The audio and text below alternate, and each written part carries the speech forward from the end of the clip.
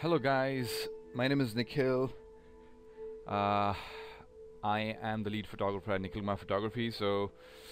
Uh, I thought I would record a very basic tutorial on these kind of shots that have been coming up in the candid photography scene in India a lot, like the bride rotating and you know the light is thrown from behind and it just pops out right in front. The bride looks gorgeous and all that.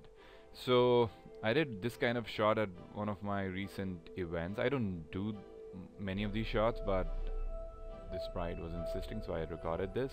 I did the shot, so I thought I'd also record this. So to make it better, we can do a lot of processing, which can really help us in improving the shot. So earlier I had recorded a tutorial on importing files in Lightroom.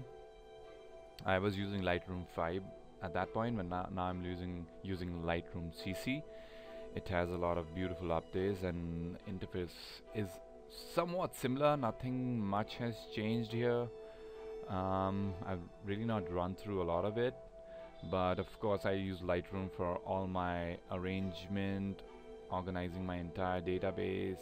All my weddings are here, 2014, February, March, April, May, and you can go through that tutorial to understand a lot around how to import and use Lightroom CC for better management and better processing.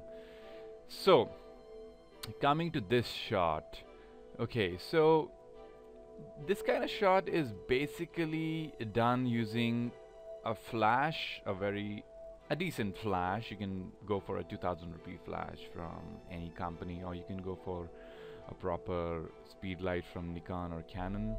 What you basically need is a remote trigger and a flash. So I started off with this test shot. He's bride's cousin. So you can see my flash is placed here. What I'm doing is I'm pushing the flash's power to almost maximum, or maybe 1/2, and it's mounted on a remote trigger, on a wireless trigger.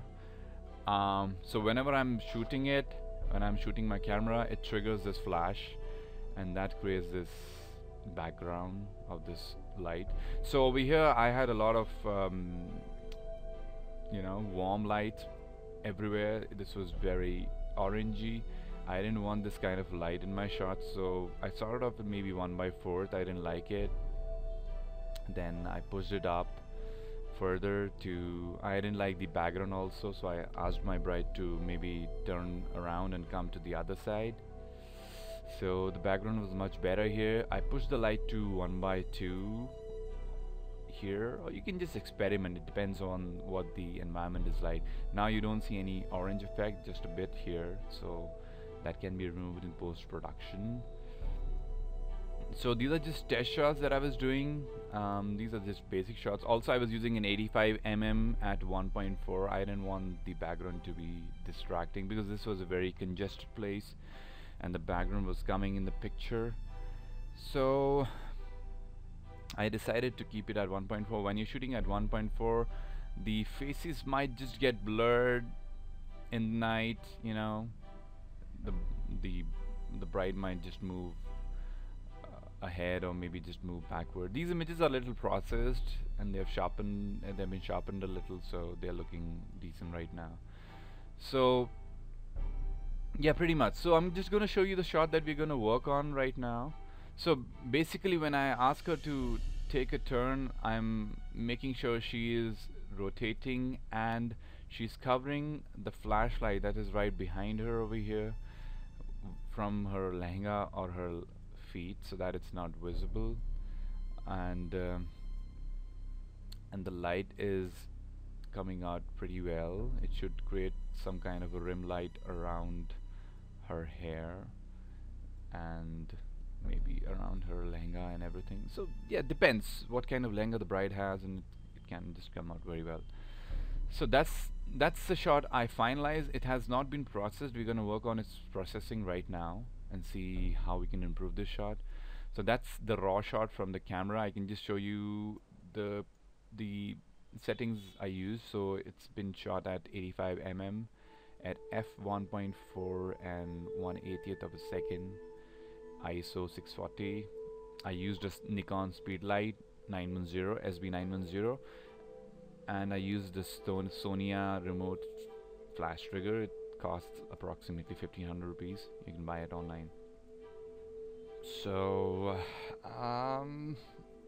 yeah, let's just go through how we can basically process this image. I've told you about the setup. It's nothing, just one flash setup.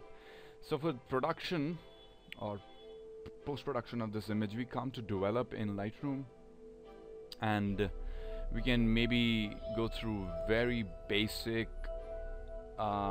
tools that are available. I'll just quickly run you through all of this. This is available in Photoshop also. So I shoot in RAW. So what I'm going to process is an NEF file. Okay.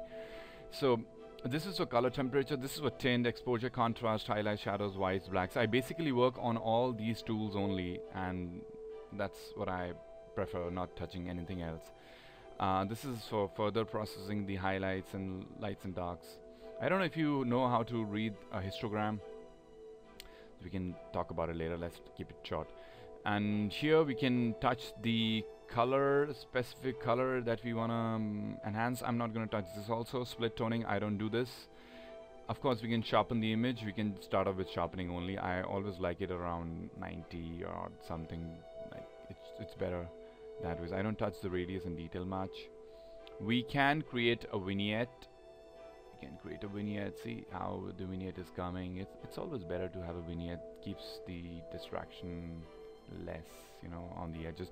But that's not where I want to start. This, as you can see, this frame is not nice in terms of it's not cropped. I can see leaves coming out of here, you know, and some road here and this top. I don't like this kind of shot, so I would like to crop this first. Before cropping, I would also like to straighten this shot a little. This was shot handheld, so yeah. I always believe while you're shooting, you should always focus on the moment. Framing can be corrected later on, no problem at all. So the moment is nice, so I'm just gonna maybe straighten this a little. This is a little shifted towards the left. I would like to, you know, just straighten this a little. So how we straighten this is we can maybe pick up something that is available in the background, which is like a straight line, and we can just use this control. We press control, and this is like the crop overlay tool. And once this comes up, let's undo this. Okay, when this comes up, you can press control, and a ruler comes in. So what I want to do is I am assuming this is like in line with the shoe, but this is like going up. So I'm just gonna use the shoe, and I'm gonna use this. I'm gonna match them. Control is pressed, and I drew a line. It's gonna straighten this up. Now you can see it's pretty much straight now. The shot is very straight. It has cropped the edges also a little. So I would like to get in a little more closer, get this leaf out somehow, you know, place her in the center. And maybe this much is what we can start off right now. It's much better. We can just come in a little more closer. We can close the edges. Okay, let's close all of this stuff here, and maybe you can just have a look at what all tools are available to process. Tone curve. So in processing this, there's basic tone curve, HSL color, black and white if you want to convert it to black and white. Split toning, we can convert shadows, highlights to some other tones. Detail is sharpening, lens correction. If you want to correct, you know, distortion, etc., we can load a lens profile and it would automatically correct. Then there are effects. Effects are nothing but, again, the vignetting and grain and etc. Camera calibration, let's not get into that. We don't need this for now. So I'm going to start off with basic. I've done the cropping here. I'm just using these tools here. Cropping is done. I would love to show you one thing that you guys can maybe use for, you know, a quick correction, which is this auto correction tool. If you press this, my image will automatically be enhanced a little for, you know, the basic correction. This really works in 90% of the cases. If you have taken a tone, corrected, the shot is correct in terms of tones, etc., etc., you press this auto and it's gonna really work on all the exposure, contrast, highlights, components. Everything is gonna work. This shot is like 80% true for me. I don't need anything more to be done here basically. But still, what we can do, if you're in a hurry, you can quickly press auto and do it, but let's undo that. So let's start off with exposure. I think exposure is totally okay here. I would like to boost the contrast a little, you know, get some depth. You know, it's very flat right now. Highlights are okay. If I boost the highlights, her feet are gone, so I can maybe just experiment here also, and I would like to keep it somewhere in the middle. Whites, we can't boost much white either. I would like to boost the clarity a little. Let's get it a little further. Yes, I think somewhere here. It's all about experimentation. Many people push it till that extent. I don't think that's good, you know, and too soft is also bad, so just push a little, not to keep it much. Coming to vibrance, yeah, you can push it out, you know, it's very cool. And all that is happening right now is on NEF file. This is not JPEG. JPEG is loss. We lose information. It's not loss free. NEF is lossless. Whatever we do is going to be on the NEF file, and we can undo and redo as many times, and the quality will not be lost. And okay, so vibrance, I think this much is enough. Bit of saturation. This shot is pretty much done actually. We don't need to do much here. Shadows, a bit up front, you know, let's put in like a great tool to always know what a shot is looking like is always look at this small thumbnail here on the left. I always keep my check over here, you know, from a distance, because on Facebook feed or whatever, the shot is going to look like this. Is it attractive enough for the audience to see or not? So anyway, I think I'm going to set this here. I'm done with the basic tone correction. Now I'm going to use the adjustment brush tool. This is a very good brush which can be used to do basic corrections, maybe on a lehenga or anything. I can maybe sharpen this a little. Although this lehenga is a little blurred, this is intentional. I intentionally shot at 180 to give a little bit of dynamic to her lehenga, but it did not come out really well. Maybe a little more blur would have been better, but anyway, not everything is okay. So I can use this tool here called the smart brush. There are a lot of tutorials online to use this in detail, but I'm just gonna use a very basic correction here. I'm gonna reset the brush. What I basically want to do is I want to enhance this lehenga at a little, maybe give it more highlights, boost the shadows, get the blacks in, and also improve the clarity and sharpness. So I've just set up my brush, and this brush can be, you know, increased in size or, you know, reduced in size from your mouse scroll, and you can just run it through the lehenga, you know. I'm just trying to carefully enhance the quality of the lehenga, more or less. I can see that the clarity is a bit too much. It's becoming too darkish, so I can just reduce the clarity, maybe boost the sharpness, get it all over. Maybe use this also.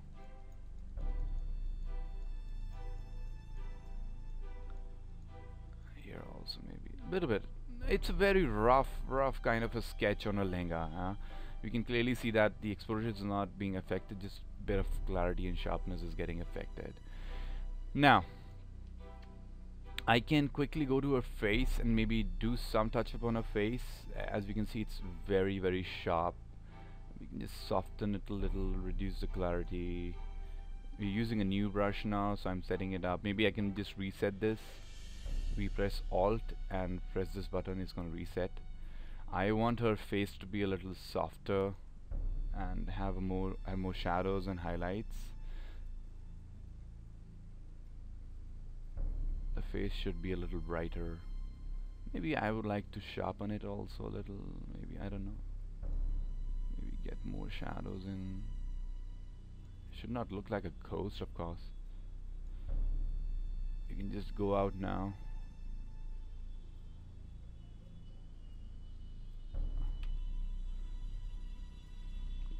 Go back to our basic setup. We can see that face is much brighter, looks much better. So I think we're pretty much done here. That's what I wanted to show you, how we take these kind of shots. You place a flash behind. We can see a flash, that the flash is a little visible. I can use this setup also, spot removal. This tool is very handy. If you want to remove basic spots, I can quickly show you. There's a bit of flash and region visible here. If I use the spot removal, I can quickly place a spot removal here. This area is now covered with white. There is no spot visible. I can increase the size also, reduce the size and feather opacity, etc.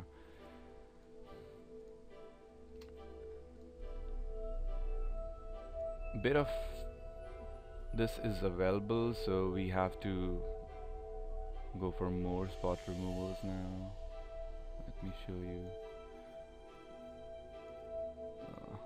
Wait. We can reduce the size and just we can use this as a brush also, like that, and use this. Now it's much better. Yes, this is more straighter now. You can see that the flash is not visible at all. So now it's much better. So there are a lot of tools that you can do. Also there are a lot of presets that I've loaded here. I can quickly show you what a preset can do, like a strong matte preset. This is from Shutterpulse, free presets. So I'll just quickly show you what it can do. So it has given it a little matte effect. You can do anything. You can convert it to a strong black and white. I have a black and white effect also. So a lot can be done, like color, black and white. But I don't like applying these effects. I want to keep it as natural as possible. So that's about it. I hope you liked the tutorial and it helped you a bit. I'll see you next time.